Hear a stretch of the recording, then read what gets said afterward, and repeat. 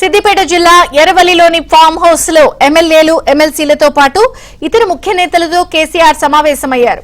MLA కోటాలో MLC అభ్యర్థిని కేసీఆర్ ఎంపిక చేయనున్నారు. 2 స్థానాల్లో అభ్యర్థులను నిలబెట్టేలా ప్రణాళిక సిద్ధం చేస్తున్నారు. అంతేకాకుండా పార్టీ ఫిరాయించిన ఎమ్మెల్యేలను వెనక్కి రప్పించేలా కేసీఆర్ ప్రయత్నిస్తున్నారు. ఎమ్మెల్సీ ఎన్నికల్లో మద్దతు కూడగట్టేలా బీఆర్ఎస్ వ్యూహరచన చేస్తోంది. ఈ సమావేశంలో కేటీఆర్, హరీష్ రావు, కవిత, మధుసూదనాచారి, జగదీష్ రెడ్డి, తలసాని, నిరంజన్ రెడ్డి, పద్మారావు గౌడ్, పువ్వాడ అజయ్, శ్రీనివాస్ గౌడ్, దాసోజు శ్రవణ్ పాల్గొన్నారు.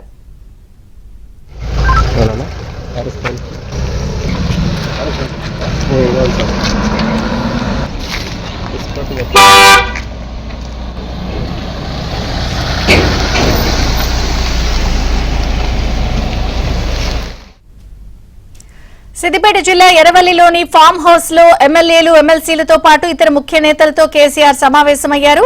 ప్రధానంగా కూడా ఎమ్మెల్యే కోటాలో ఎమ్మెల్సీ అభ్యర్థిగా ఎంపిక విషయంలో కూడా వీళ్ళు చర్చిస్తున్నారు. 2 స్థానాల్లో అభ్యర్థులను నిలబెట్టేలాగా ప్రణాళిక వెళ్తోంది. దీంతో పాటు ఫిరాయింపు ఎమ్మెల్యేలపై కూడా చర్చ జరుగుతున్నట్టుగా తెలుస్తోంది.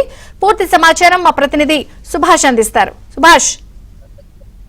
విజయచంద్రిక ఈ రోజు సిద్దిపేట జిల్లా ఎర్రవల్లి మాజీ సీఎం కేసీఆర్ వ్యవసాయ క్షేత్రంలో ప్రధానంగా ఈ బీఆర్ఎస్ ఎమ్మెల్యేలు ఎమ్మెల్సీలు అదేవిధంగా ముఖ్య నేతలతో మాజీ సీఎం కేసీఆర్ సమావేశమయ్యారు. ఈ సమావేశానికి చాలా కీలక ప్రాధాన్యత అయితే నెలకొందని చెప్పొచ్చు. ప్రధానంగా ఆ ఎమ్మెల్యే కోటాలకు సంబంధించి 5 ఎమ్మెల్సీ స్థానాలకు నోటిఫికేషన్ విడుదల కావడం, ఈ నెల 10వ తారీఖు వరకు అభ్యర్థులు నామినేషన్ వేసుకునే పరిస్థితి ఉండడంతో ఎమ్మెల్సీ అభ్యర్థి ఎంపికకు సంబంధించి కీలక చర్చ అయితే జరగబోతున్నది. ప్రధానంగా బీఆర్ఎస్ కు ఎన్నికల్లో 39 స్థానాలు వస్తే 10 మంది ఫిరాయించిన పరిస్థితి ఉంది. సో ఇప్పుడు మొత్తానికి 28 మంది ఎమ్మెల్యేలు మాత్రమే బీఆర్ఎస్ కున్నారు. ఈ 28 ఎమ్మెల్యేలకు సంబంధించి ఒక్క ఎమ్మెల్సీ మాత్రం ఖచ్చితంగా వీరికి దక్కే అవకాశం ఉంది. సో మిగిలిన ఫిరాయింపుదారులను కూడా వెనక్కు రప్పించడం ద్వారా మరో ఎమ్మెల్సీ అభ్యర్థిని నిలబెట్టి ప్రభుత్వాన్ని ఇరుకున పెట్టే ప్రయత్నం చేయడానికి కేసీఆర్ వ్యూహం సిద్ధం చేస్తున్నట్టుగా తెలుస్తుంది. దీనికి సంబంధించి టీఆర్ఎస్ సంబంధించిన ముఖ్య నేతలతోటి ఈ రోజు సమావేశంలో ఈ అంశంపై చర్చించబోతున్నారు. ప్రధానంగా